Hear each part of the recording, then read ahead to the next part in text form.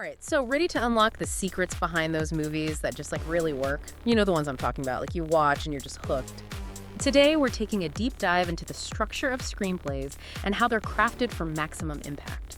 Yeah, and you might be surprised to learn that a lot of these principles, they actually go all the way back to ancient Greece. Exactly. We're tapping into a screenwriting masterclass by Eric Edson. He's a professor at California State University, Northridge. And he breaks down the core elements of storytelling using examples from some huge films. We're talking Shrek, Collateral, The Matrix, and Erin Brockovich. And get this, he compares these films to plays like Oedipus Rex. It's wild, right? The way we connect with stories. It hasn't really changed in thousands of years. Like screenwriters today, they're still using techniques to tap into our basic human need for meaning. Whoa, I never thought about it like that. So before we even start writing, Edson says our movie idea needs three key things. First up, a sympathetic, active hero, someone we can connect with and root for, right? Totally. And that active part is crucial. Remember, this is visual storytelling. We need to actually see the hero making choices, driving the plot forward. Their actions, they become a window into their inner world. Right.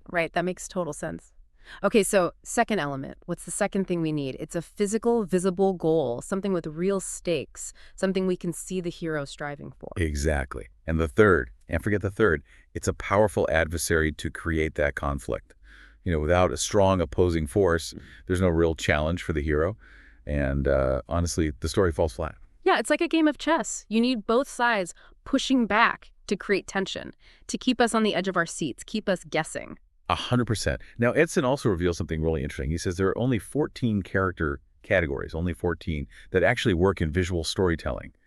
And each one serves a specific purpose, either helping or hindering the hero on their journey. I never realized that. So I guess that's probably why some supporting characters sometimes feel pointless, like they're just there. They don't actually fit into those categories. You got it. So mastering these categories is key. It's like having a secret weapon as a writer. It lets you create richer subplots and a more complex narrative. Oh, that's cool. Like a secret weapon. I like that. Okay, now before we even get to the three-act structure, I'm kind of curious about this idea of knowing your ending before you even start writing. Is that really so important? Oh, absolutely. Knowing your ending, it's like having a destination when you're on a road trip. It prevents you from getting lost and ensures that your story has a clear direction, a clear purpose. That's interesting. I think, a lot of people, myself included, we might start writing with a cool concept or maybe a character, but not necessarily a clear ending in mind. This is making me rethink my whole approach. Yeah, it's a common trap. But having that destination in mind, it helps you craft a story that truly builds towards something meaningful. Now, speaking of key moments, Edson, he has this awesome term. It's stunning surprises. He breaks them down into stunning surprise 1, which happens at the end of Act 1, and stunning surprise 2 at the end of Act 2. These moments, they totally change the game, They leave you on the edge of your seat. Okay, so for stunning surprise 1, I'm immediately thinking about Shrek. Like, when he goes to confront Lord Farquaad, he just wants to get those fairy tale creatures out of his swamp. Right. But then Farquaad throws a curveball. Instead of granting his wish, he tells Shrek that in order to get what he wants, he has to rescue Princess Fiona. That's that stunning surprise 1. That moment completely changes Shrek's goal and really the whole direction of the story. Yeah, and now that you mention it, it makes sense when you think about other movies. Those wait, what moments at the end of Act 1, they're often those stunning surprises. They completely redefine everything. Bingo. Now, to understand how these stunning surprises fit into the whole story, Edson suggests looking at those 3 acts as different worlds. So Act 1 is the ordinary world, Act 2 is the special world, and Act 3 is the world of maturity. And he actually uses the thriller Collateral to illustrate this. You remember Max, right? The cab driver. Oh, yeah, Max. In Act 1, his ordinary world, he's just an average guy driving his cab. Then he picks up Vincent, who turns out to be, you guessed it, a hitman. Exactly. And that's that stunning surprise 1 that throws Max into the special world. It's a world of danger and violence. Yeah. And he's forced to confront all of these fears and make some pretty serious life or death decisions. Yeah, talk about a crash course in character development, right? That intense experience, it totally changes him. By the time we get to Act 3, he's a completely different person. Like, he's ready to face Vincent head on. Absolutely. And that's the beauty of that 3-world framework, It clearly maps the hero's journey. They start their comfort zone, get tossed into chaos, and they emerge totally transformed by the experience. This is making me look at movies in a whole new way. Okay, so now I'm really intrigued by this concept of these hero goal sequences. Tell me more. All right, so Edson describes them as these like 3 7-page units. In each one, the hero is pursuing a short-term goal, then bam, they encounter some fresh news, something that changes the game, and then boom, they're off on this new goal. This is how movies maintain that constant forward momentum. It keeps us hooked. It keeps us wondering what's going to happen next. So it's like a mini story within the larger story, and each sequence builds on the last one, and it creates that sense of tension, a rising tension, pushing the story towards its climax. Exactly. And here's what's really fascinating. Edson discovers a very specific pattern to these sequences. Okay, I'm all ears. What did he find? Well, he consistently found 6 hero goal sequences in Act 1, 6 in the first half of Act 2, and then another 6 in the second half of Act 2. That's 18 sequences total before we even get to Act 3. Whoa, 18 sequences. That seems almost, I don't know, formulaic. Does this apply to all genres? Like, what about comedies? Or romantic dramas? Edson says it does.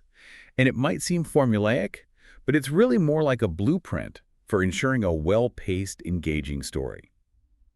Think about it. If a movie feels slow or repetitive, it might be because it's missing those sequences, the ones that keep the plot moving. Right, so it's not about being restrictive. It's about having a framework that allows for creativity. But it's within this structure that's been proven to work. Precisely. Now, Act 3 is where things get a little more flexible. It ranges from 2 to 5 hero goal sequences. So that means there are between 20 and 23 sequences in a typical movie? I'm going to have to start counting. It's really a fascinating insight into the mechanics of storytelling. But it's not just about the numbers. Edson, he argues this pattern actually reflects something deeper, something about how our brains process information and find meaning in stories. Okay, now that is really interesting. So we've talked about the structure, but what about the psychology behind it? Like, why does the structure work so well on us? Well, we'll have to dive into that after a quick break. All right, so we're back. And I gotta say, my mind's still blown by this whole hero goal sequence pattern. It's like there's this hidden code behind all our favorite movies. Yeah, it really speaks to how we're wired, as humans. Like, we're wired for stories. Yeah. Edson's argument is that this 21 sequence structure is not just random. It reflects something much deeper. It's about how our brains process information, how we find meaning. Okay, so let's get into the psychology of it all. Why does this structure work so well on us? Well, think about it. Humans, we've always craved meaning. We search for patterns, connections, ways to make sense of the world. And stories, they offer this safe space to explore those complicated emotions, to grapple with life's challenges. That makes a lot of sense. Like, we get to step into someone else's shoes, right? Yeah. Experience their ups and downs without actually having to go through it ourselves. Exactly. And a well-structured story, like those following this 21 sequence pattern, it strikes a balance between familiarity and surprise. It gives us that sense of order that we crave, but it also keeps us engaged, keeps us guessing. So it's like we have this roadmap, but there are these unexpected detours along the way. That's a great way to put it. And I think those stunning surprises that we talked about, they really play into that. They shake things up. They force us to reevaluate what we thought was going to happen. Right. And those hero goal sequences, they give us this constant feeling of progression. We see the hero overcoming obstacles, even if they're small, and it makes us feel hopeful, like they'll eventually reach that big goal. Yeah, it's like those hero goal sequences. They're like stepping stones, Yeah. Moving the hero and us right along with them closer to that final destination. I like that analogy, the stepping stones. Yeah. Okay, so now I remember you mentioned these obligatory scenes earlier. Can you tell me a little more about those? Yeah, these are really crucial for that big emotional payoff. You see, we've invested in the hero's journey, right? We've felt their struggles. Now we need that closure. We need to see how it all matters. So it's not enough for the hero to just achieve their goal. We need something more. Exactly. Edson says there are 2 really crucial obligatory scenes. The first one comes right before the climax. It's that moment of truth. The hero has to confront their core issue, that thing that's been holding them back this whole time. So picture this. The hero is about to face their biggest challenge. But first, they have this inner obstacle they got to overcome. It's like a final test. Exactly. They got to dig deep down and make a choice that proves how much they've grown. Now, after the climax, that's when we get the denouement. Edson calls it the obligatory scene and a nouement. A nouement? What does that even mean? Well, it's his way of saying that we need to see the hero in their new reality. How has the world changed? And how has the hero changed? It might be a happy ending, it could be bittersweet or even tragic, but we see that lasting impact of their journey.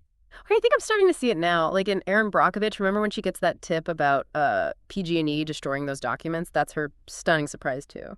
Yes. And that leads right into that super powerful obligatory scene. Remember, she bursts into that lawyer's office. She's not that desperate single mom anymore. She's a force to be reckoned with. She demands justice. You can feel her inner strength. And then in the denouement, she's back home, but now she's got that life-changing check on the table. It's a powerful symbol. Her world's been transformed. She found her voice. She fought for what's right. She made a real difference. So these obligatory scenes, they're like emotional anchors. You know, they give us that sense of completion. They show us how much the hero's changed. Precisely. And, once you start noticing these scenes in your favorite movies, you realize how crucial they are.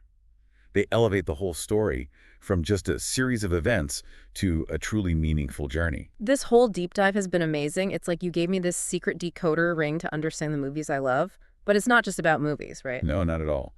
These principles, they apply to any good story. A book, a play, even the stories we tell each other every day. That's what's so cool about it. So the next time you're watching a film, pay attention. Look for those hero goal sequences, those stunning surprises, and those obligatory scenes. See how they work together to create that emotional impact, that sense of meaning. And if you're feeling inspired, try applying these principles to your own storytelling. You might be surprised at how much richer, how much more engaging your stories become. It's all about unlocking the power of storytelling in our own lives. And who knows, maybe we've even got some future screenwriting masters listening right now. Maybe so. It's exciting to think about. All right, well, thanks for taking this deep dive with us. We'll see you next time. Okay, so we've uncovered this hidden structure behind all these amazing films. We've got those 21 hero goal sequences, those stunning surprises that keep us guessing, and that 3-world framework. But there's one more piece I'm really curious about.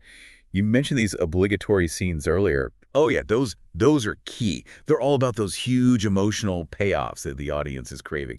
Think about it. You've invested all this time with the hero, you've felt their struggles, and now you need closure, right? You need to see how it all matters. So it's not enough for the hero to just achieve their goal. Like, we need something more. Exactly.